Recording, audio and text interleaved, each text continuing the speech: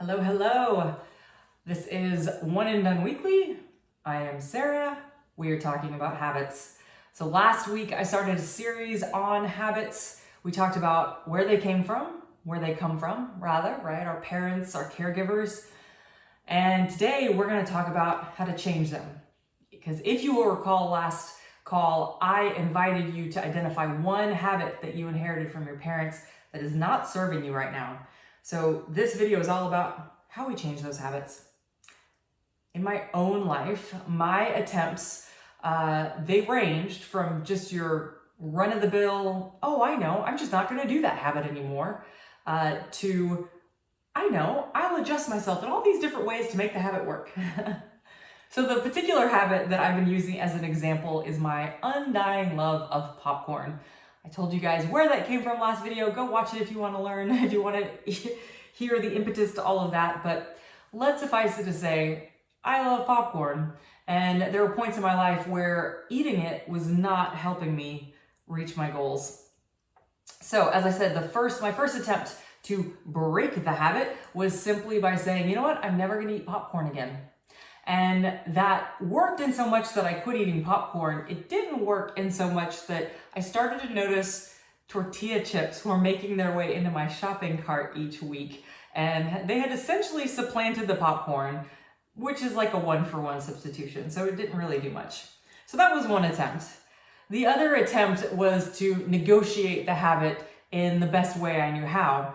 So through most of my life, I was obsessed with my waistline. And so when I was single, especially, I'd get home from work, I was tired, I was exhausted, and I would just decide, I know a good idea. You know what, I really want popcorn tonight, but rather than deal with any possibility of excess calories, I'll just eat popcorn for dinner. Not a very good plan, I'll say, looking back. And not just because it wasn't a very balanced dinner, but also because it came along with it other, we'll call them auxiliary habits that didn't serve me. So I would make this bowl of popcorn, and then of course I'd be like, well, I'm not eating any other dinner, and I'm kind of thirsty. What goes with popcorn? Oh, I know, wine or beer. And so that just created a whole host of habits that just did not help me get in the body that I wanted to be in. Here was the one thing I was missing in my attempt to change that habit. I was missing the truth, the reality of the situation, which is our habits are fulfilling certain needs we have. Every habit that you have, it's there to fulfill a need that you have. And the bottom line is this: unless and until you acknowledge that truth and you identify the needs that your habits are trying to address, you will continue to fulfill those needs in whatever unconscious ways that you know how. And so that's really what we're up to today in this video, is bringing our unconscious habits into the light of our own awareness and teasing them out. I like to compare it to the metaphor that I think we all can appreciate. You know the one. The closet in your house, that one that's just been packed full of stuff that you don't want to deal with your whole life. Yeah. That's what we're going to do. We're going to open up the door, let all that stuff fall out. And then when it comes into the light of day, you begin to see more clearly. You see certain things that you obviously don't want or need, and you get rid of them. You see other things that you forgot about and that you cherish deeply, and then you start using them. And then before you know it, you're done. The closet is cleared out, and you're like, why did I wait so long to do this? So the question is, this cycle of bad habit breaking that doesn't seem to work, how do we get out of this cycle? My answer to this that I found on my path was, rather than trying to break the habit, we should hack the habit. Because if it's true, and I believe it is, that our habits are merely trying to address our needs, then the answer to hacking the habit is the habit itself. We have to look as clear as possible at that habit. And so as I began to change and transform, that's what I did. I asked myself, what needs is this habit of sitting down in front of the TV and just chomping on popcorn, not even eating a dinner? What needs is this fulfilling? And as I began to look at it clearly, to try and pull out any of the shame, it doesn't matter what I was doing up until that point. What is this doing for me? I began to realize things like, well, now that I don't eat a balanced dinner, this bowl of popcorn is trying to nourish me, but it's not doing a great job. So how can I better nourish myself before eating the popcorn? Oh, wait. And then that started to unravel an idea to me about, if I started to crowd out the bad habit with more good habits that fulfill those needs, then that habit, the bad one, begins to shrink until it's no longer this massive, big, bad habit. It's now just another piece of my lifestyle. And so that's what we're going to do right now.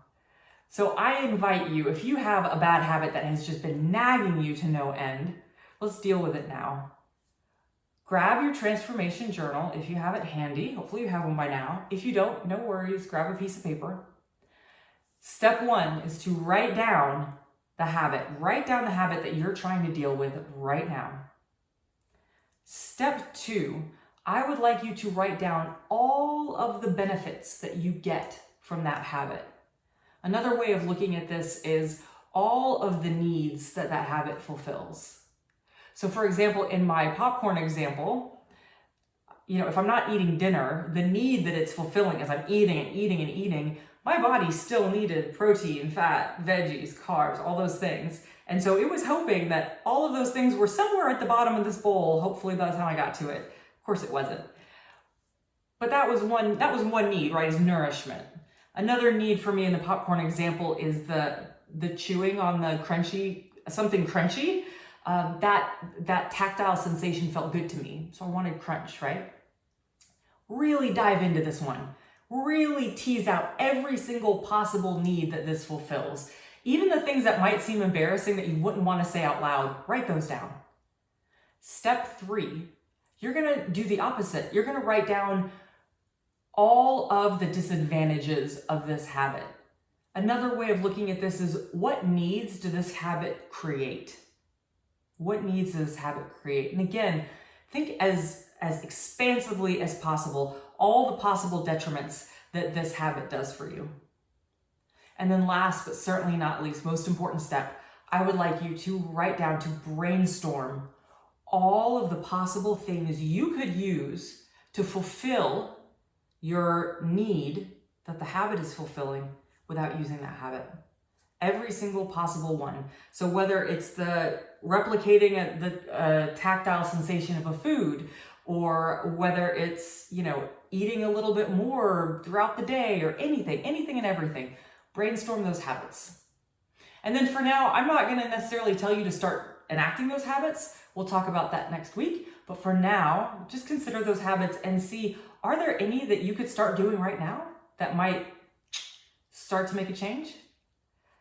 Throw a comment below if any of this resonates or if you had any breakthroughs, and then I will see you same place next week. Bye, y'all.